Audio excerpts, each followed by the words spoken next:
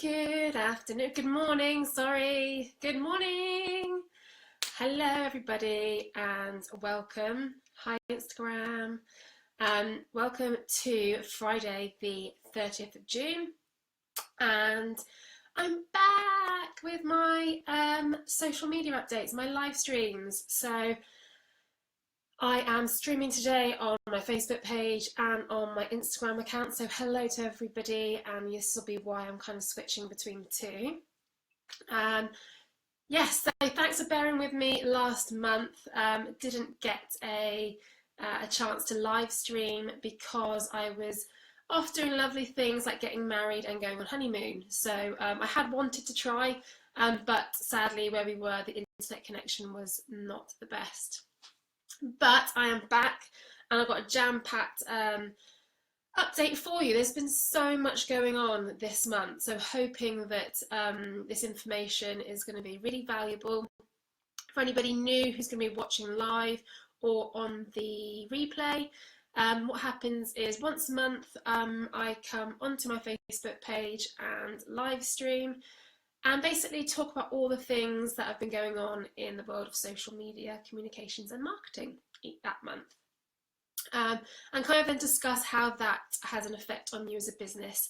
There's opportunity for you to ask questions. If you have a question, just write it in the comments in either Instagram or Facebook, and I'll pick them up and answer as we go. What else? I try and keep it sort of around 15 to 20 minutes long. It really is just to touch on a couple of key points and how I would advise businesses going forward to make the most of those updates. Anybody can ask me questions afterwards, please feel free to do so. If there's anybody you think would enjoy or benefit from these updates, please use the share icon at the bottom of the post if you're looking at it on the app. If you're on the desktop, just tag somebody into the comments and drive them over to get involved. So I do also tend to give a top tip of the month right at the very end. So stay tuned for that. Yes, so let's get going. I'm going to start off by talking about Snapchat. So there's been a few updates to the app, which I'm still a massive fan of, despite Instagram kind of bulldozing it down recently with all its latest updates on stories and live. But there's definitely an audience still on Snapchat for businesses to tap into. The user behavior is very different. Believe it or not, some of the key features are very different. So there's still a business opportunity for Snapchat. So don't be disheartened or feel like actually it's not going to be worth your time to get involved because actually Instagram has it all. So a couple of things that have changed with Snapchat is the ability to loop videos and pictures. So you used to only have to set them. Only used to be able to set it to a maximum of 10 seconds. Once it was gone unless you saved it and took a screenshot. But now you can actually loop that content, and so the person who's receiving it, whether that be publicly in your story or an individual, will be able to replay that specific frame of content as much as they like. And of course, don't forget you can replay and fast forward on the content that you get there. So you can loop photos and videos. You can now build filters it's rolling out starting in the US, but you can now build filters within the app, which is pretty big. It's going to make creating geo filters a lot more accessible. So at the moment for US customers, it's just the standard templates for like birthdays, weddings, parties. And so if you're a business, they're still recommending that you go through the general filter studio through the desktop version of Snapchat. But I definitely think that's going to come to the UK, and particularly if you're in a creative business. So if you're in design, graphics, marketing, and you want to start being able to offer Snapchat filters as part of your business offering, which would be advisable, then this is going to actually make it a lot quicker and easier for you. So that will no doubt come through to the UK in the coming months. And it's also announced a way to allow advertisers and brands and businesses to advertise on the app a lot easier. So it now has its own, it's just launched this month, its own ads manager and a Snap publisher. So it's trying to make advertising within Snapchat a lot more accessible. Now you can create your own adverts and you can create vertical video through this publisher tool. I haven't had a play with it yet, I haven't had a look. I still think that's likely to be more of a US feature at the moment. But as I said, all those things do start to creep into the UK over the sort of following months of it being launched in the US.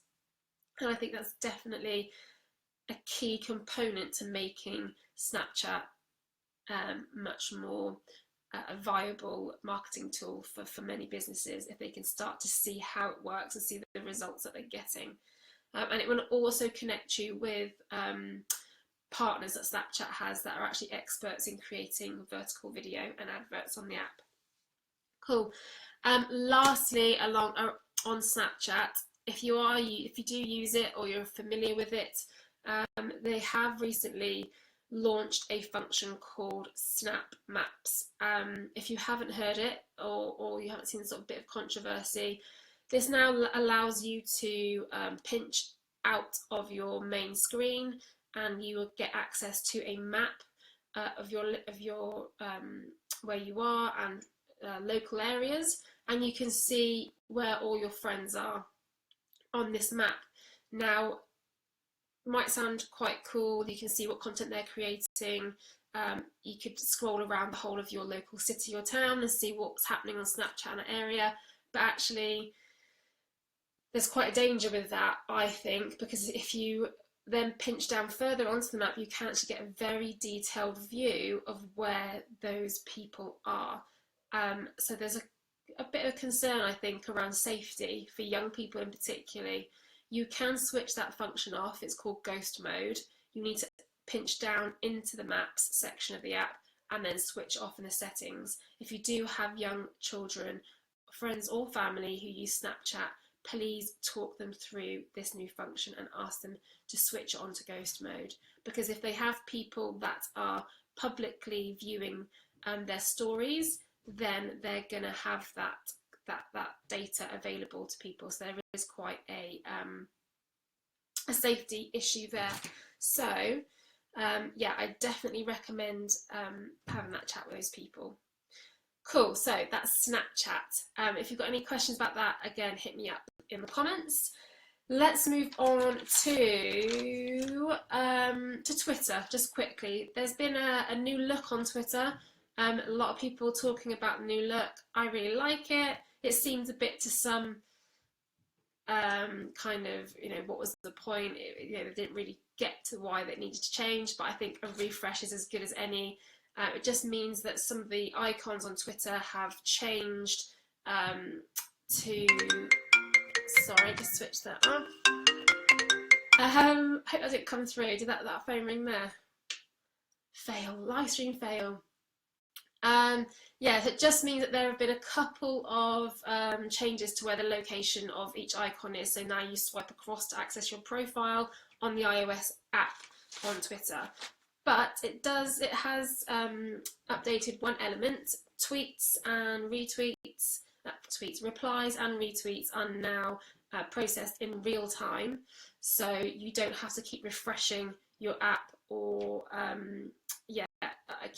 keep refreshing your app in order to see retweets and replies. So that's now delivered in real time, which is again pushing towards that real-time news element that Twitter wants to be. So yeah, let me know what you think about the new look on Twitter if you've got an opinion. Okay, let's stick on Instagram then, because we were talking about why it's bulldozing down things like Snapchat and it keeps on updating itself. It's now at 250 million daily users, Instagram, so that's huge.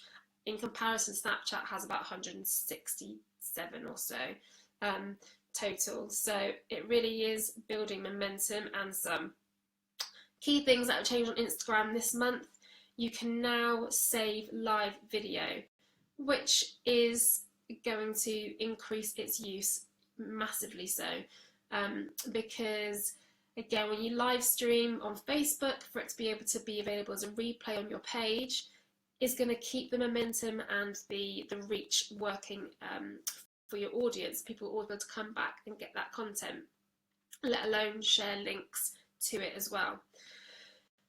Being able to now save your live video on Instagram, it will sit for 24 hours within your story. It'll play at the beginning of your story, and users can actually fast forward through the live video or rewind or tap through right past it.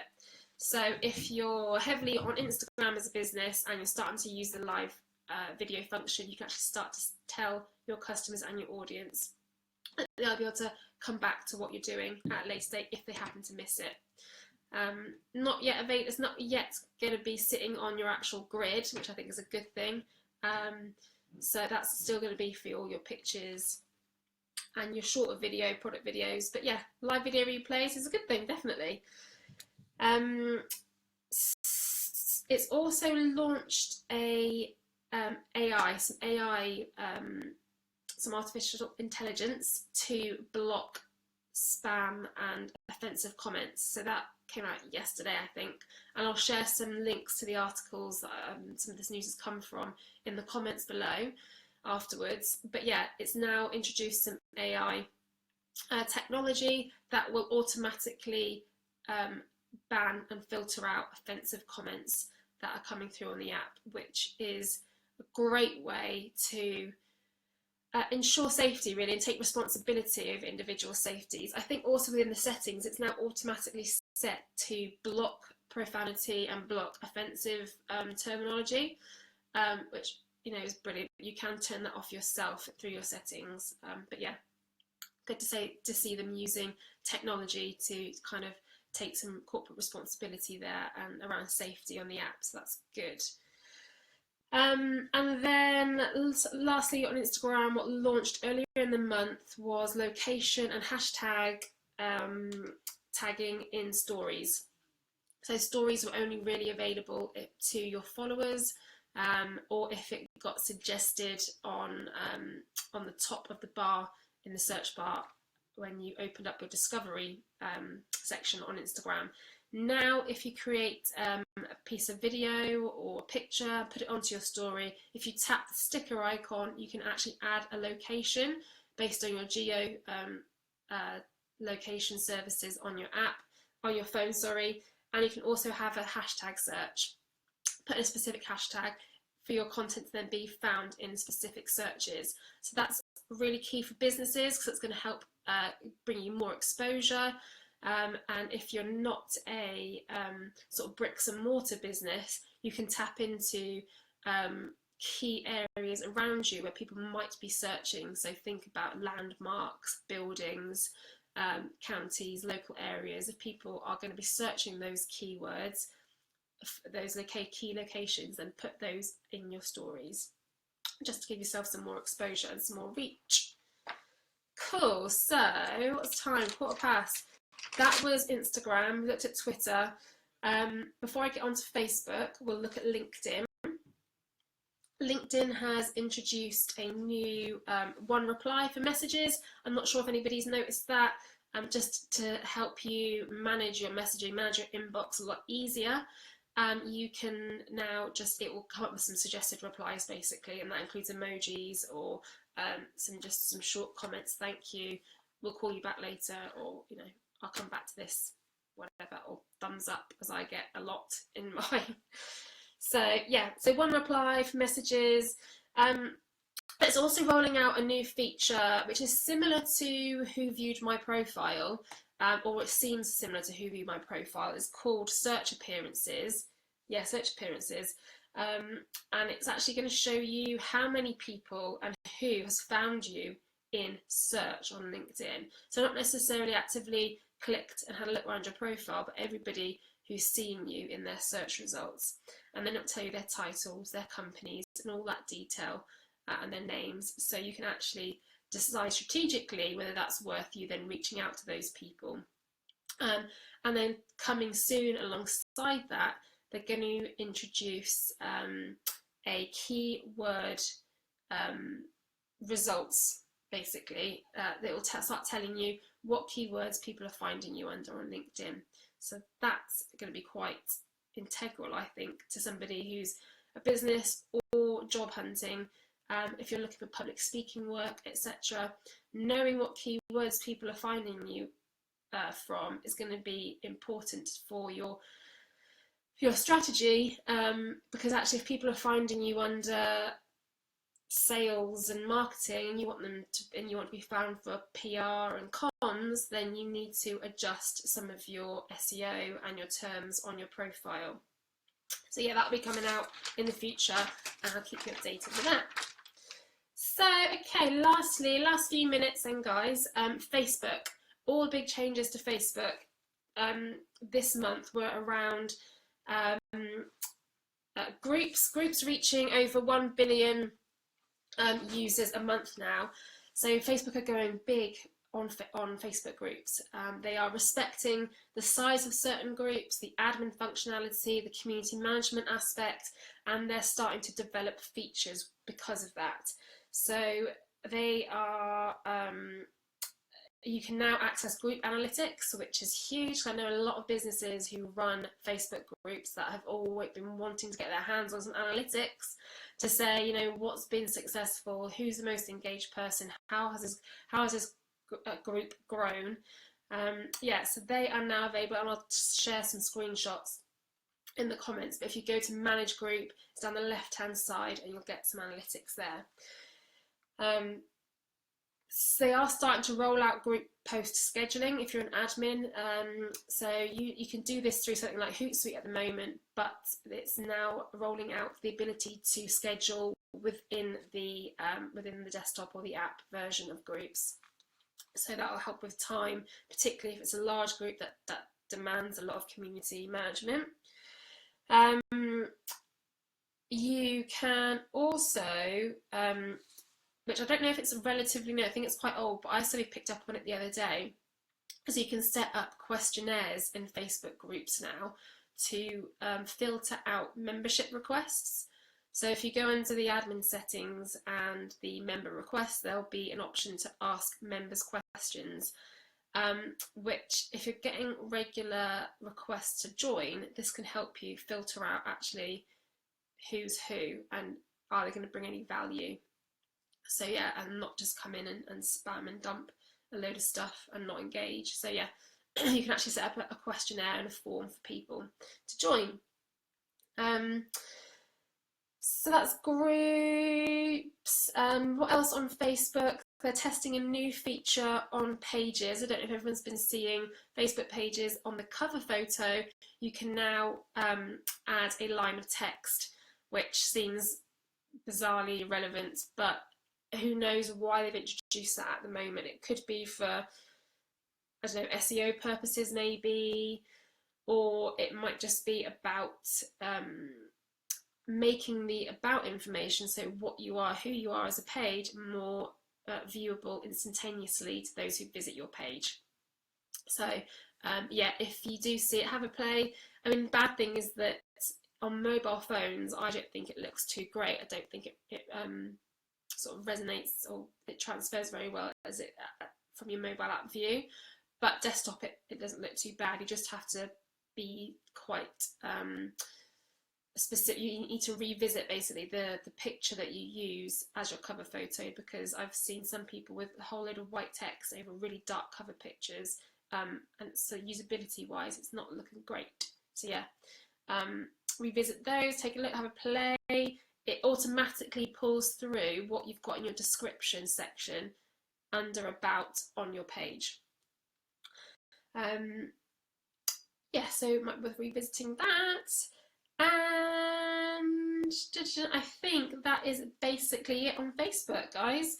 The other thing was bots. A colleague of mine, Danny Matthews, shout out Danny, he's going to be at the Wilts Tweet Up on Saturday. He is getting really into the use of bots on Facebook, particularly, well, on Facebook Messenger. So I won't go into too much detail about that, but if you are intrigued by bots and what they do and what they offer, if you open your Messenger app and type in and click into the search bar, you will actually get an option to view bots in your local area, so business pages that you are either connected with or that are local to you who are using bots, and it will tell you what that bot does in the description. Yeah, have a play, have a look. It's a rising opportunity for businesses that want actions and want to turn those actions into automated journeys to save you time. So yeah, if you're interested in knowing more, get in touch with me and I can connect you with Danny. Cool. Okay guys, that is it for today, for this month. Thank you to those who tuned in live. Thank you to everybody on Instagram for watching. And thank you in advance to anybody who watches this on the replay. And lastly, if you want to sign up to my e-newsletter, send me a direct message, a private message with your email address on, and I can add that in. What do I share on my e-newsletter? Lots of tips, information on courses, what's coming up, what's new, yeah, lots of helpful, useful stuff for people looking to utilise social media within their business. So that's it. Hope you guys have a fantastic weekend. Thank you for watching, and I will see you all very soon. Check out my Facebook page in the events for the next one, and all the courses that I'm running next month are on the website. See you later guys, have a good weekend.